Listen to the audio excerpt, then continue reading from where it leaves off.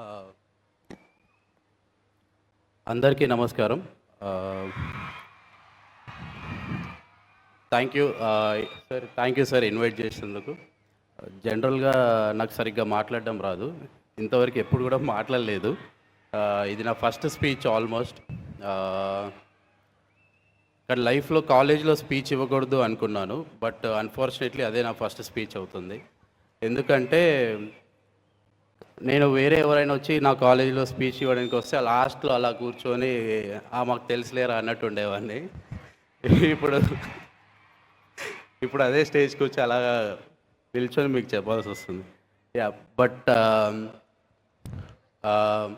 నా ఇంటర్మీడియట్ అంటే నేను జస్ట్ ఒక చిన్న ఇన్సిడెంట్ షేర్ చేసుకుందాం అనుకుంటున్నాను. నా ఇంటర్మీడియట్ అయిపోయిన తర్వాత నేను ఆల్మోస్ట్ అన్నీ ఆపేసి సినిమా ఫీల్డ్కి వచ్చా. వచ్చి ఇంకా కాలేజ్ వైపు లైఫ్లో వెళ్ళకూడదురా అంటే, ఇంకా కాలేజ్ అంటే చిన్న ఉన్నప్పటి నుంచి చదువు అంటే అస్సలు ఇష్టం ఉండేది కాదు. అందులో అసలు కాలేజ్ వైపు ఇంకోసారి లైఫ్లో వెళ్ళకూడదురా అని ఫీల్ అయ్యేవాడిని. బట్ అన్ఫార్చునేట్లీ ఏంటంటే నాకు ప్రతిసారి ఎక్కడికి వెళ్ళినా కూడా ఎక్కడక చదువుకున్నాం, ఏం సర్టిఫికెట్స్ ఉన్నాయి, ఏం చదువుకున్నాం, ఏం సర్టిఫికెట్స్ ఉన్నాయి, ఇవే అడిగేవాళ్ళు అనమాట.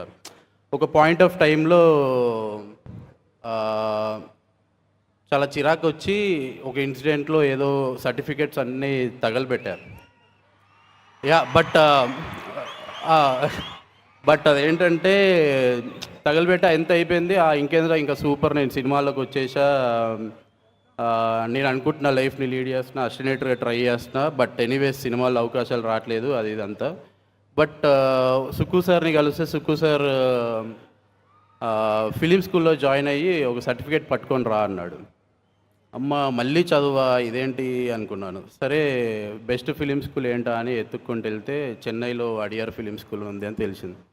అక్కడికి వెళ్ళాక అక్కడ కూర్చుంటే కూడా వాళ్ళు బేసిక్ కదా ఇంటర్మీడియట్ సర్టిఫికెట్స్ ఏవి అన్నారు. ఇదేంటి మళ్ళీ ఇంటర్మీడియటా, మళ్ళీ అక్కడికి వచ్చేసా, అది ఇది అనిపించింది. సో మళ్ళీ నేను అనుకుంటున్న దాన్ని చేయాలన్నా కూడా ఒక బేసిక్ ఎడ్యుకేషన్ ఇంపార్టెంట్ అనేది నాకు లైఫ్లో ఫస్ట్ టైం అక్కడ అర్థమైంది. అప్పటిదాకా మా నాన్న నన్ను చదువుకో అని, లేదంటే నా చుట్టూ ఉన్న వాళ్ళు ఎంతమంది ఏం చెప్పినా అసలు ఏ రోజు అర్థం కాలేదు.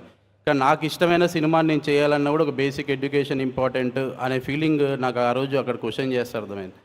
సో దాని తర్వాత అంటే దాని ముందు నేను ఇంటర్ పాస్ అవుతే నన్ను బీటెక్లో జాయిన్ చేస్తారని చెప్పేసి కావాలని ఒక సబ్జెక్ట్ ఆపాను అన్నమాట.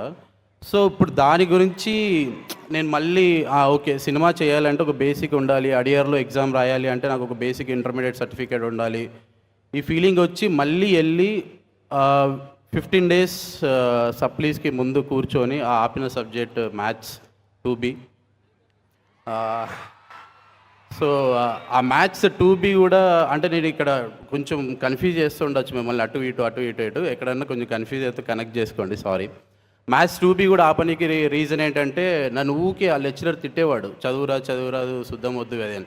ఓకే ఇతని క్లాసే నేను ఫెయిల్ అయితే ఇతనికి పైనుంచి డోస్ పడుద్ది అన్నట్టు నేను ఫీల్ అయిపోయి కావాలని ఆ సబ్జెక్ట్ ఆపా. అంత అయిపోయిన దాని తర్వాత ఒక 5 day మళ్ళీ అదే లెక్చరర్ దగ్గరికి వెళ్ళి కూర్చొని వాళ్ళ ఇంటి ముందు, సార్ నాకు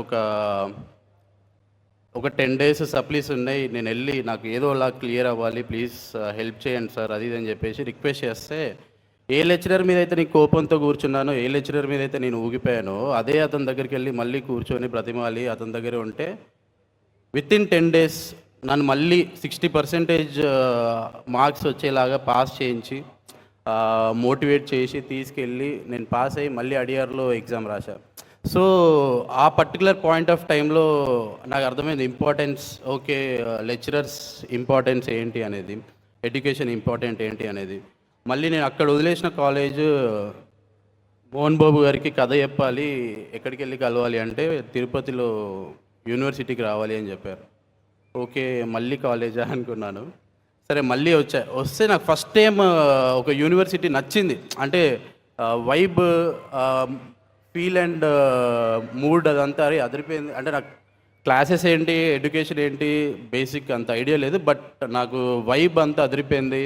అరే ఇలా ఉండుంటే నేను మేబీ బంక్ కొట్టకుండా వచ్చేవాడిని ఏమో, క్లాస్కి వెళ్తానే లేదనే సెకండరీ, బట్ అట్లీస్ట్ కాలేజ్కి వచ్చేవాడిని డెఫినెట్లీ, ఇక్కడ ఫ్రెండ్స్ అయ్యేవాళ్ళు, ఒక పాజిటివ్ ఎనర్జీ ఉండేది అనే ఫీలింగ్ వచ్చింది. యా సార్ థ్యాంక్ యూ నన్ను ఇన్వైట్ చేసినందుకు. నేను ఇది అంతా ఎందుకు చెప్తున్నాను అంటే మనకు ఒక పాయింట్ వచ్చిన తర్వాత అర్థమవుద్ది వాళ్ళు ఎందుకు ఇంత చెప్పారు, ఎందుకు ఇంత వాళ్ళు మన మీద ఇంత కోపంతో అరిచేవాళ్ళు లేదా ప్రేమతో తిట్టేవాళ్ళు అనేది.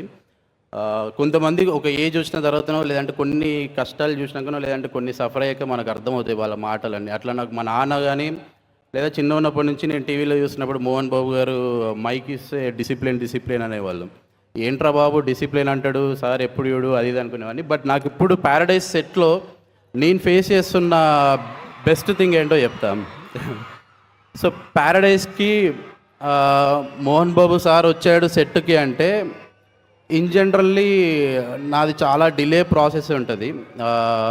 But when ever Mohan Babu sir comes to the set అది మేము అనుకున్న స్కెడ్యూల్ అనుకున్నట్టు ప్రాపర్గా ల్యాండ్ అవుతూ ఉంటుంది. అంటే అనుకున్న స్కెడ్యూల్ అనుకున్నట్టు అయిపోతూ ఉంటుంది. ఎందుకు ఇది ఏంటి ప్రతిసారి ఈయన వచ్చినప్పుడు అయిపోతుంది అనుకున్నాను. యూనిట్ అంతా లైట్ బాయ్ కానుంచి అందరూ A to Z అందరూ చాలా షార్ప్ టైమింగ్ ఉంటారు, చాలా అలర్ట్ ఉంటారు. ఓకే నాకు ఇప్పుడు అర్థమవుతుంది ఆ డిసిప్లిన్ తాలూకు వాల్యూ ఏంటి అనేది. మేబీ ఇప్పుడు నేను ఇది అంతా చెప్పినా మీకు ఎంత అర్థం అవ్వదో నాకు తెలీదు. బట్ ఒక సెకండ్ ఆలోచించి ఓకే వీళ్ళేంటి ఎందుకు చెప్తున్నారు ఇక్కడ మోహన్ బాబు గారు కానీ వీళ్ళందరూ కానీ ఎందుకు చెప్తున్నారు, లెక్చరర్స్ కానీ ఎందుకు చెప్తున్నారు అని ఆలోచిస్తే మేబీ ఒక్క నిమిషం ఆలోచిస్తే మనకు అర్థమవుద్దేమో. అర్థం కాకపోతే యాజ్ మళ్ళీ మనం యాజ్ యూజువల్గా ఉండొచ్చు. బట్ ట్రై టు అండర్స్టాండ్ వాళ్ళు ఏం చెప్పడానికి ట్రై చేస్తున్నారు అనేది, దాని వెనకాల ఉన్న ఇంటెన్షన్స్ ఏంటి అనేది. థ్యాంక్ యూ సార్,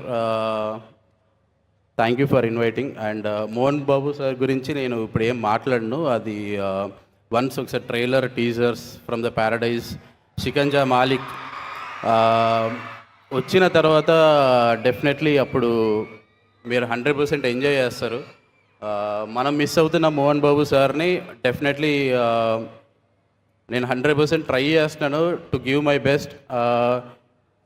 అంటే ఒక పర్టికులర్ జనరేషన్కి మోహన్ బాబు సార్ అంటే కొంచెం అర్థం కాకపోవచ్చు. అది మేబీ ప్యారడైజ్తో డెఫినెట్లీ ల్యాండ్ చేస్తాం. Thank you so much. Thank you sir. ఏమైనా తప్పులు మాట్లాడి ఉంటే క్షమించండి. Thank you. Thank you so much అన్నయ్య. ప్యారడైజ్తో మీరు సృష్టించే విధ్వంసం కోసం ఎదురు చూస్తూ ఉంటాం అన్నయ్య. So, let us now invite a man who redefined cult cinema with RX100 and kept us on the edge of our seats with the mystery of Mangalavaram. Let us invite Ajay Bhupati Garu to speak few words. Please, sir.